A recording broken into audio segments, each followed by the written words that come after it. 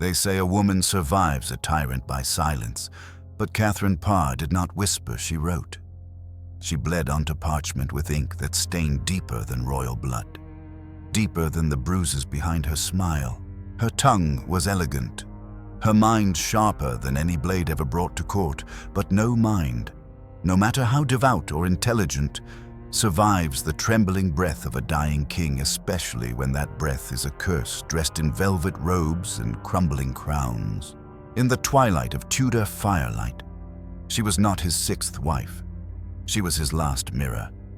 The others had screamed, defied, knelt, and died. But Catherine knelt only to God. And in that, she signed her death sentence. Not on the scaffold, not beneath the axe, but in the shadowed silence that creeps after a crown falls and the kingdom forgets who touched it last. What does it mean to outlive a monster when the beast rots in gold-lined tombs and the woman walks free yet never leaves the dungeon in her mind? What does it cost to become queen to a corpse and stepmother to serpents? There are no victors in Tudor beds, only witnesses who breathe too long and remember too much. She gave the king comfort in his fever, loyalty in his madness, and prayer in her silence. But the silence never left her. It slid beneath her skin like frost under flesh. Catherine Parr died not from childbirth, not from fever, but from the weight of being last, the last to witness his decay, the last to hear him whisper forgiveness as if it were permission to haunt her, the last to look upon the throne and know what it cost. 1,000 saints could not wash away the scent of that bedchamber. She smiled like a survivor, but the crown never left her bones. She was not born for the crown, and yet it clung to her like frost to a widow's veil, cold and persistent, whispering promises of power while devouring the warmth beneath. Catherine Parr moved through court not as a woman of ambition, but as a woman who had learned early how to speak in half-truths and wear her silence like armor. She was neither the virgin nor the whore of courtly rumor. She was the scholar cloaked in obedience, the widow who knew better than to weep too loudly. Her eyes carried the color of faded parchment, and her hands trembled not with fear, but with the memory of ink pages turned in secret. Verses learned by candlelight when no one was watching. She was not meant to be seen, she was meant to endure. And so she did. She endured her first husband's grave, then another man's bitterness, until at last the diseased hand of a king reached for her in his twilight, not out of love, but out of necessity. He wanted not a queen, but a nursemaid for his rotting soul. Henry VIII was already a ruin when she married him. His legs suppurated beneath silk, his breath stank of dying meat, and his eyes, once known for their fire, had dulled into the waxy stare of a man trying to outlive God. Yet she kissed him. She bowed. She took his hand into hers and whispered prayers into a mouth too used to commands. In those final years, the court had become a wax museum of loyalty, where those who smiled too much were beheaded and those who said too little vanished behind tapestries, never to be spoken of again. Catherine walked those halls not like a queen, but like a ghost in waiting, her footsteps echoing among the statues of the dead queens before her, each portrait watching her with painted eyes that knew the ending far too well. She wrote psalms as others plotted death. She translated Latin while poison was stirred in goblets beside her.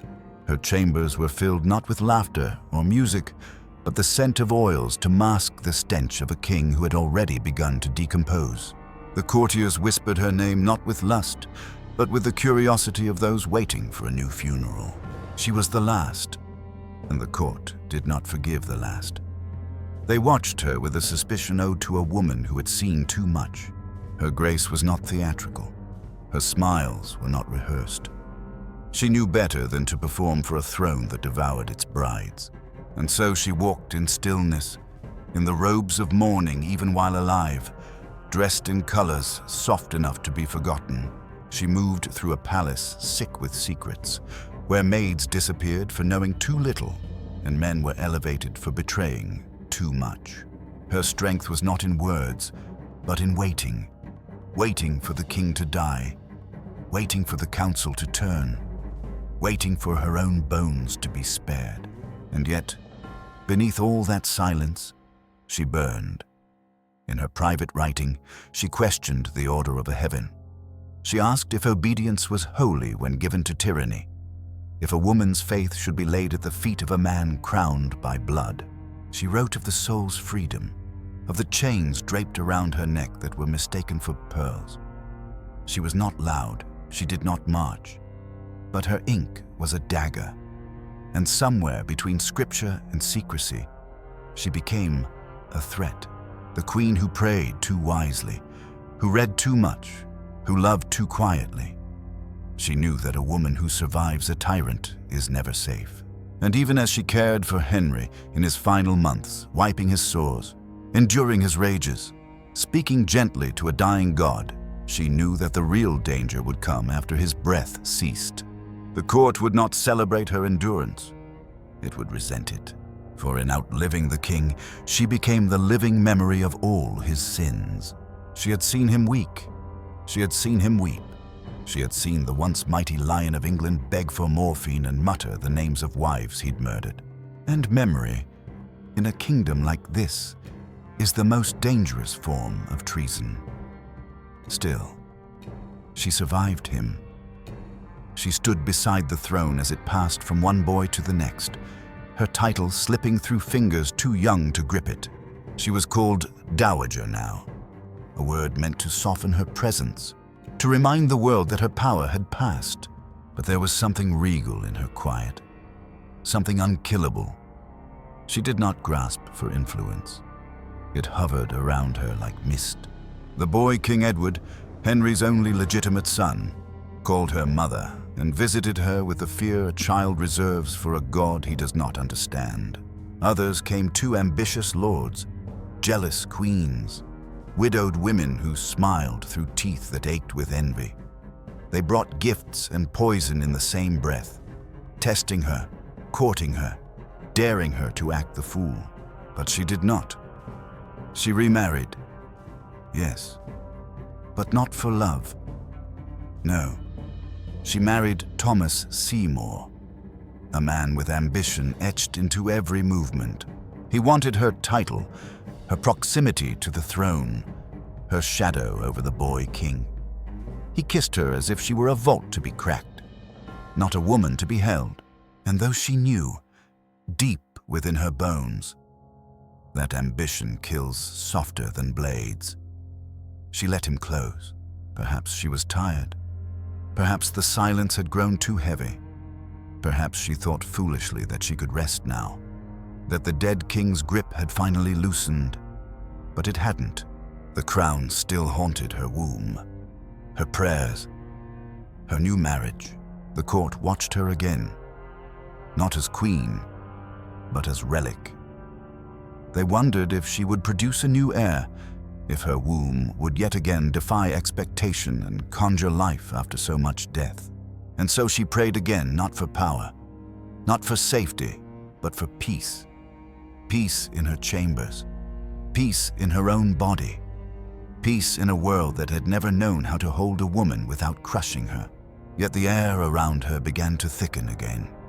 Her name, once whispered in fear, now returned to the lips of courtiers with a taste of scandal. They called her too pious, too political, too dangerous. She read forbidden texts. She spoke too calmly. She had outlasted too many ghosts. And above all, she remembered. Catherine Parr remembered everything.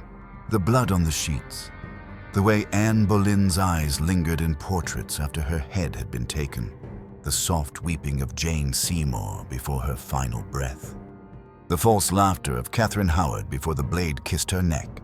She remembered Henry's hands, bloated and trembling, grasping for mercy he had never given. She remembered it all, and that, more than anything, was what made her unfit to remain. In the garden, she walked alone, beneath the tapestry of dusk, She wandered through lavender and stone paths, each step a prayer to be left alone, each breath a wish for silence that wasn't poisoned. But even the flowers bent away from her, as if sensing the curse. And when she finally turned her eyes heavenward, there was no answer, only the fading echo of a crown that never left her head. Even when she took it off, the whispers began not in court, but in the spaces between prayers, where the parchment curled and the candlelight shook, as if even the flame feared what was being spoken in silence. Catherine Parr, once queen, now dowager, had not laid her crown to rest, but had folded it into the shape of scripture, hidden it between verses, and tucked it behind her breath so that every word she uttered became treason wrapped in theology. The men around her were not blind, only patient. Thomas Seymour, now her husband, wore his ambition like a second skin, and though he kissed her cheek with lips pressed from loyalty, his eyes wandered toward the throne, toward the boy king who called her mother and him nothing. He was a man who believed in inheritance without blood, power without waiting, and Catherine, so close to that young, golden puppet, was his doorway. But doors that do not open fast enough are often broken, and in time, the cracks appeared. He began visiting the young Elizabeth, barely more than a child, laughing too loudly, touching her arm too long, brushing past her in corridors as if the scent of youth could crown him king. Catherine saw it. Of course she did. She saw everything. The girl's blush, the man's hunger, the air between them thickening like poisoned broth. But what could she say? She who had seen kings go mad and queens beheaded for less. She smiled. She prayed. She walked the garden with clenched teeth while inside. A storm gathered in her lungs. She was pregnant now. Finally, the final mockery of fate, her womb awakening after years of death and obedience. But it was not joy she felt, it was dread. For she knew how this game played, and she knew what it meant to birth a child in a world where blood was more currency than blessing. Still, she tried to hold the house together, a crumbling edifice of piety and decay. Letters arrived at odd hours. Servants vanished and returned pale as bones. Her husband stayed out longer, returned colder, and his touch grew hollow. He began speaking of Edward, how he should be protected, guided, lifted. He spoke of guardianship as if it were fatherhood. He spoke of the crown as if it were a debt owed. Catherine listened. She said nothing. And in the stillness, he mistook her quiet for consent. That was his mistake. But the court was no fool, and the protector Somerset, Seymour's own brother, saw the shadows curling under Thomas's door. He gathered them, fed them, and one day let them loose. It was not a dagger or poison that undid the house, but a broken lock and a night visit. Seymour was found in the garden of the palace, pistol in hand, attempting to reach the young king's bedchamber through shadows and lies.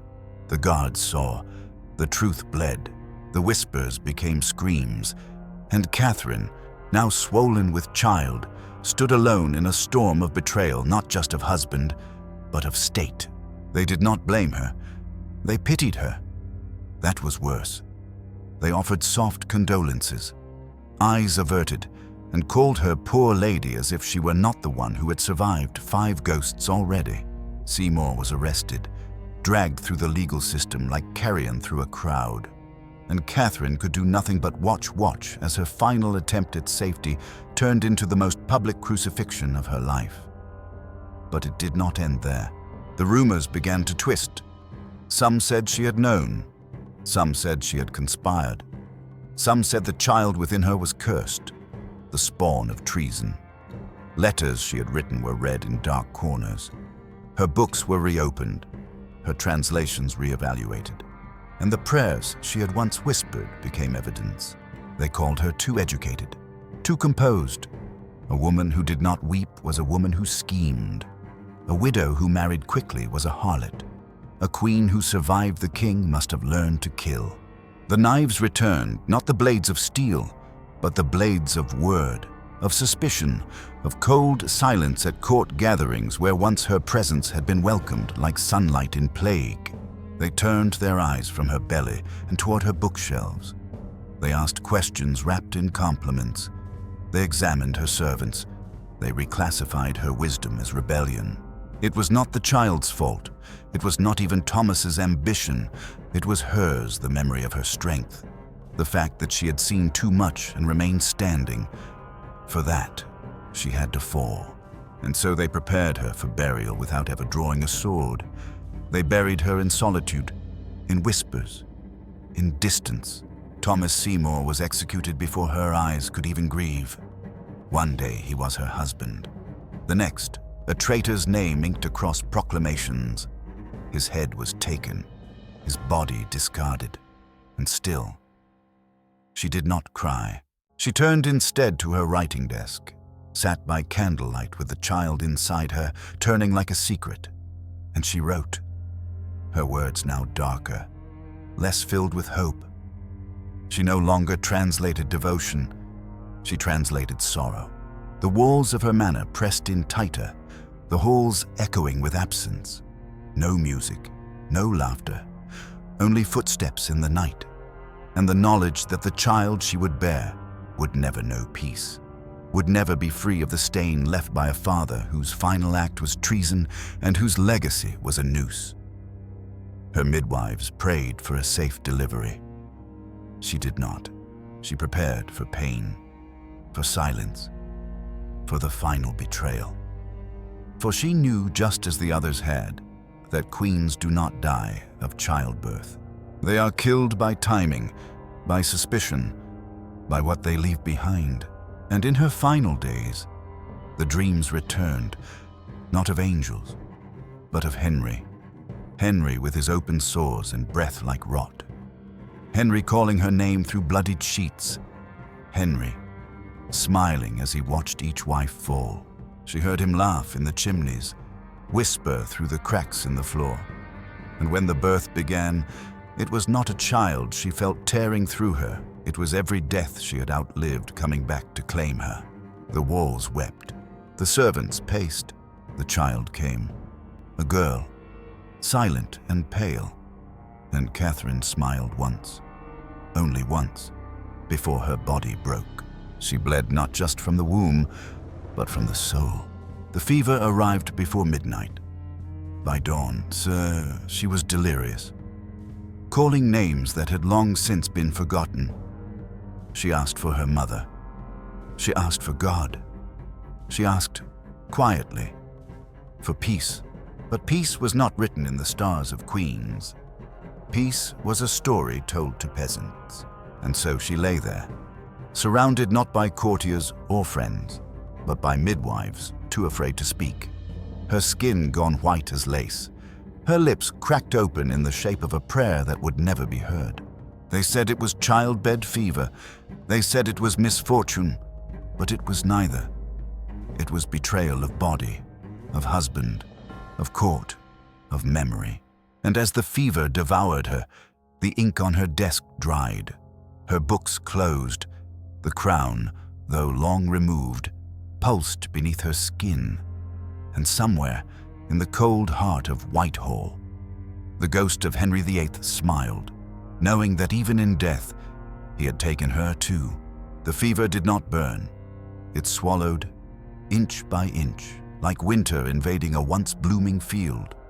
And Catherine Parr, the last crowned wife of a decaying tyrant, drifted into her final days, not in a palace of gold or chamber of velvet prayers, but in a manor that hummed with shame and rot, where even the windows seemed to recoil from the sight of a queen unraveling.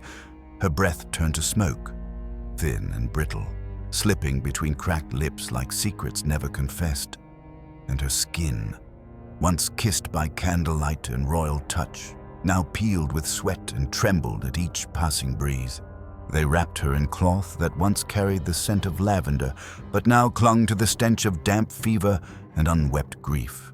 Her child, born a girl, As if history itself dared to echo, her mother's curse lay in a cradle beside her, untouched by the noise of death, sleeping in the shadows of a mother who could barely lift her arms. The room was filled not with mourning, but with absence. No lords arrived, no bishops, no letters from Edward, the boy king who had once looked to her for solace, now silent behind courtly advisers who found her death useful. Elizabeth, young and watchful, sent no messenger. There were only midwives and linen, servants with tired hands and eyes swollen with knowing. No one dares speak when queens bleed to death, especially when their husbands have died traitors and their wombs have produced daughters instead of dynasties. The fever claimed her mind before her body. She called out to the wrong people, recited verses out of order, whispered to ghosts that were no longer confined to portraits. She called for Henry not in love, but in confrontation. She muttered about crowns forged from iron thorns, about books buried beneath beds, about a king's eyes watching from beneath the floorboards. Her mind cracked open like a reliquary, spilling half-finished prayers, half-remembered dreams, and memories of executions whispered like lullabies. They say she cursed, they say she confessed, but no one truly knows, for the last words of queens are always rewritten. What remains is the silence, the deafening silence that followed her final breath, when even the wind outside the window held its tongue, as if the world, too, knew it had failed her. They buried her quickly. There was no grand procession, no trumpet, no sea of velvet-clad mourners bowing their heads. She was placed in the earth with hands folded and face pale, beneath a stone that bore her name, but not her truth. The title Queen Dowager was etched there like a wound, a reminder that she had once belonged to a king, now worshipped in stained glass, his sins forgotten, while hers, survival, knowledge, defiance were whispered about for years in dark corners by those who feared what an educated woman could mean. Her daughter lived, but never ruled. Another thread in the pattern of women born royal, but chained by lineage and the sins of their fathers. The name Parr faded faster than the names Boleyn or Seymour or Howard, not because it was lesser, but because it was more dangerous. She had endured, she had witnessed, and she had written. Her books remained, though they were edited, softened, presented as pious offerings when in truth they held beneath their scripture the pulse of a revolution never spoken aloud. In court, her memory became sterile, sanitized, a name to be invoked, but never studied. Her strength was rewritten as grace, her intellect as modesty, her endurance as luck. But the truth lingered in the dust of her pages, in the margins where her hand had scrawled questions no priest would dare answer. Some said she died peacefully, that her soul went to God with the purity of a saint. But others, those who had stood by the bed, who had wiped her brow and heard her cry in tongues not spoken by the living, knew better. Her death was not peace, but release. Release from a life lived too carefully, too publicly, too close to fire. She had walked through every circle of hell that court could conjure and emerged not unburned, but unbowed. And for that, the world offered her only obscurity. Yet the haunting did not end. Her name appeared in strange places in the letters of Elizabeth, in the sermons of dissenters, in the dreams of women who had been taught to hold their tongues, but couldn't quite forget the taste of her defiance. She became myth without martyrdom, shadow without shrine, remembered not with reverence, but with unease. For what is more terrifying to the world than a woman who outlives the king, who sees power rot at its root, who writes truth in the language of saints and still bleeds like the rest? Even her portrait could not capture her, painted after her death. It showed not the fever, not the terror, not the betrayal, but a serene face with eyes that gave nothing away, as if the painter had never seen her, as if no one ever truly had. And so she remains trapped in that quiet frame, lips closed, hands resting on a book that the world pretends to have read. The last queen, but never the final warning. Her death was not the end of a reign, but the continuation of a silence so vast it swallowed even memory. They say the house where she died is haunted, that the halls echo with footsteps that do not match the living, that the cradle sometimes rocks on its own. But it is not the ghost of Thomas Seymour that lingers, nor the cries of the fevered newborn. It is her, Catherine, whispering prayers without forgiveness, watching, always watching, from the corners of every room where a woman is asked to endure what no man would survive. And now she lies beneath stone too smooth, too silent, a slab of forgetting pressed upon a name that once held the weight of crowns and confessions. Her grave not guarded by angels, but by weeds that grow uninvited, curling like questions no one dared to ask.